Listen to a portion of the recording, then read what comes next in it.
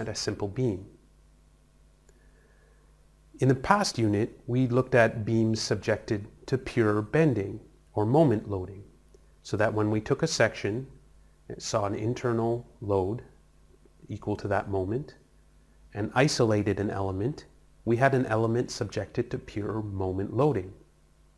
And we could do this and look at the deformation of this element and use that to derive the normal stress distribution. Now, if we look at a beam subjected to transverse loading, such as the beam shown here with a point load V applied to the end, and we take a section, we see that we will have an internal shear force and bending moment. And then if we isolate a small element, we see that there will also be an internal shear force and bending moment. So we can't actually isolate shear in a beam subjected to transverse loading. You will always have shear and bending.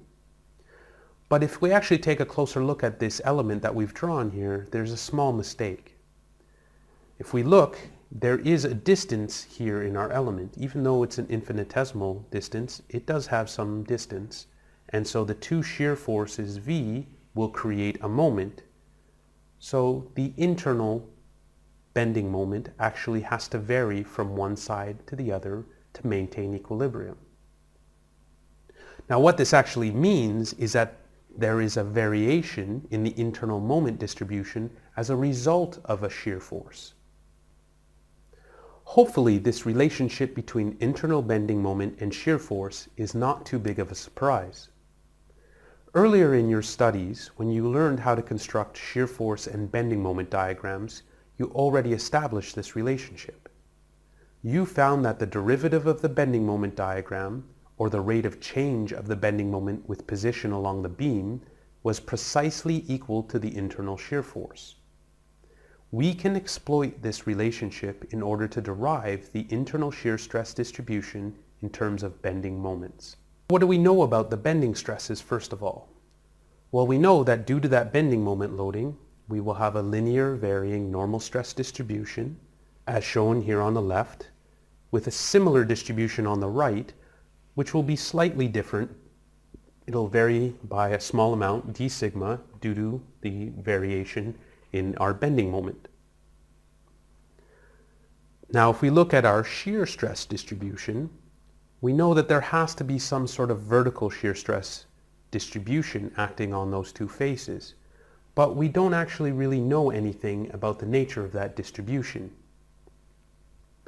However, since the internal moment and shear forces are related, there must be a relationship between these shear stresses and normal stresses. So let's take a closer look at our normal stress state and see if we can define this relationship. I will redraw our element in a sort of a three-dimensional view so that we can better see what's going on. If we look at our stress distributions, it actually does look like this element is not in equilibrium, because the magnitudes of the stresses on the left are smaller than the magnitudes of the stresses on the right. However, you need to recall that the normal stress distribution due to bending is such that the stresses, the resultant force due to the stresses on one face is actually zero.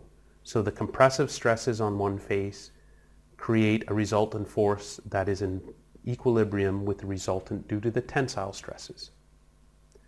This is true for the entire section of the beam.